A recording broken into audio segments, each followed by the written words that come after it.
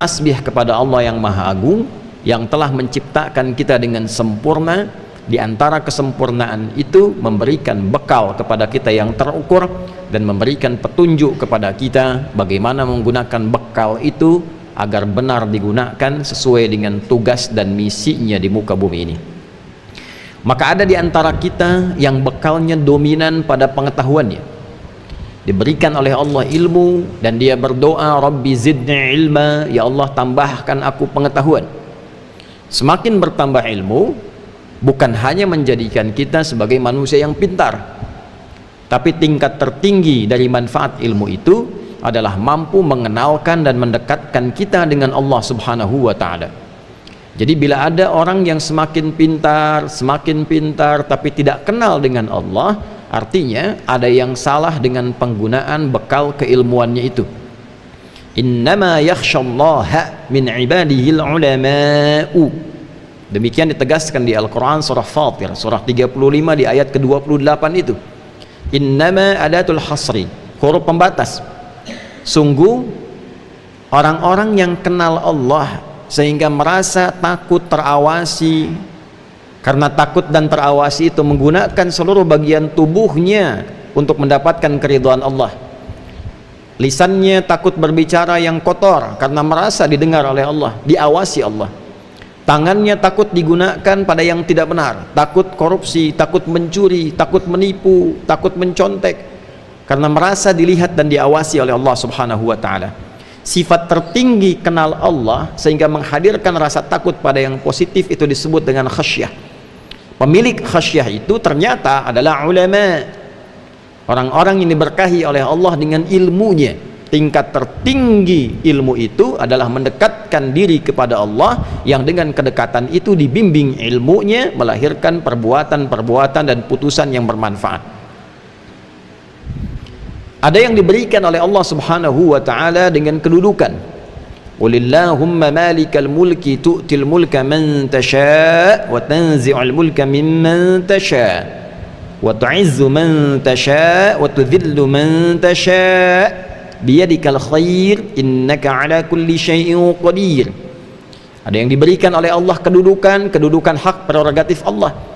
Dari yang kecil di masyarakat ada RT, ada RW, naik ke atas jadi lurah, jadi camat, bupati, wali kota, gubernur, sampai dengan ke atas presiden, adalah titipan amanah Allah Subhanahu wa ta'ala, yang dengan itu diharapkan memberikan manfaat, yang mendekatkan setiap yang dipimpin itu dengan Allah Subhanahu wa ta'ala. Ada tanggung jawab di situ. Karena itulah mengapa setiap pemimpin yang muslim ketika diberikan jabatan, diangkat dalam jabatan tertentu, dia mengatakan inna lillahi wa inna ilaihi raji'un. Kalimat itu kepasrahan untuk menyerahkan titipan itu dalam bimbingan Allah, sehingga selama periode ia menjabat dibimbing dari ujung kepala sampai kakinya untuk melahirkan putusan-putusan yang diridhai oleh Allah Subhanahu wa ta'ala. Ada yang diberikan oleh Allah Subhanahu wa ta'ala bekal dari harta benda, supaya dengan itu bisa ibadah kepada Allah. Ditingkatkan hartanya, diberikan kelebihan, bukan ingin mengangkat derajat, sekedar disebut dengan sifat duniawi sebagai orang kaya.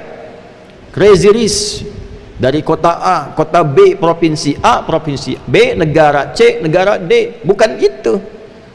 Kalau cuma sekedar gelar yang melekat, itu hanya menjadi hukum dunia. Sementara kita akan pulang ke akhirat, maka butuh persiapan bekal akhirat. Maka status itu tidak akan bernilai di hadapan Allah sepanjang tidak digunakan bekal itu untuk beribadah kepada Allah Subhanahu wa ta'ala. Itulah sebabnya kemudian ada hukum-hukum yang mengatur harta untuk ibadah.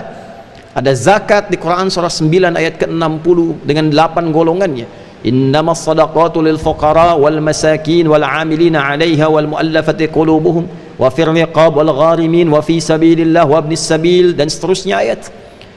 Ada mengajak ibadah keluarga dengan harta supaya keluarga dekat dengan Allah. Wa bima anfaqu min amwalihim, Quran surah keempat ayat 34. Ada melihat kemudian orang tua, kerabat terdekat, anak yatim, orang-orang miskin, Quran surah kedua ayat 215. Yas'alunaka madza yunfiqun qul ma anfaqtum min khairin falil walidain wal aqrabin wal yatama wal masakin wabnis sabil.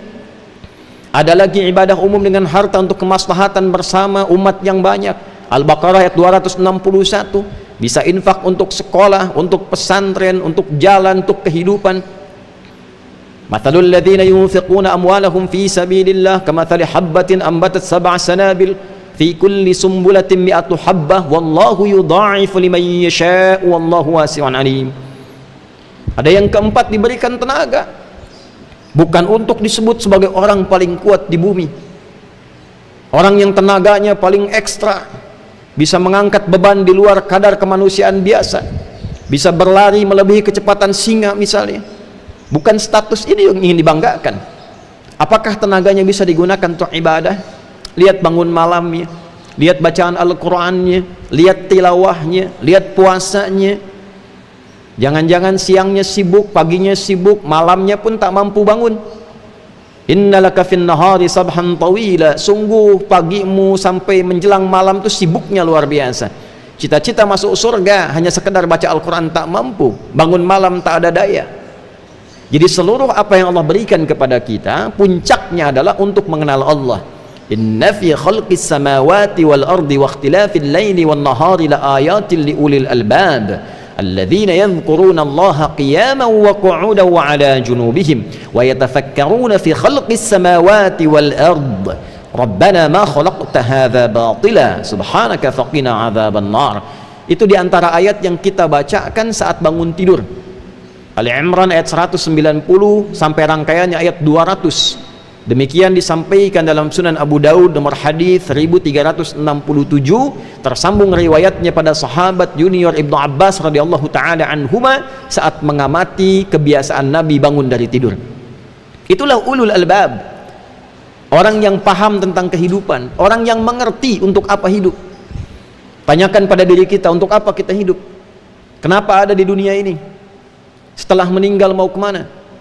Nah, maka orang-orang yang paham tentang esensi hidup disebut dengan ulul albab. Dia mengerti bagaimana cara hidup dan dia gunakan bekal hidup yang telah dia ketahui untuk beribadah kepada Allah. Tinggal memilih. Tidak usah cemburu kepada yang banyak harta, tidak usah cemburu kepada yang banyak ilmu, tidak usah cemburu kepada yang tinggi jabatan, yang kuat kemudian tenaganya. Cukup kita mau pilih dari empat itu, pilih yang mana supaya optimal ibadah kepada Allah Subhanahu wa taala. Ikhtiarkan.